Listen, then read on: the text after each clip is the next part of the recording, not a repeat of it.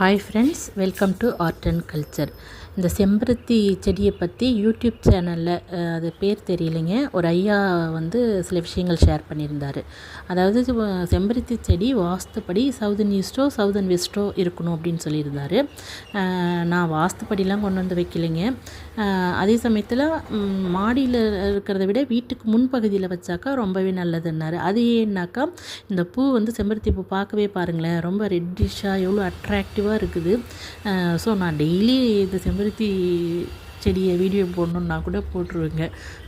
அது சில பார்வைகளை திருஷ்டியை குறைக்கும்.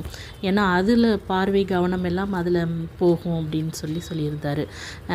அதனால் நான் அது சரி பார்க்குறதுக்கும் அழகாக இருக்குது, வெளியிலேயும் தெரியட்டும் அப்படின்னு சொல்லி நான் ஒரு செடி வெளியிலையும் வச்சுருக்கிறேன், மாடியிலையும் ஒரு செடி வச்சுருக்குறேங்க.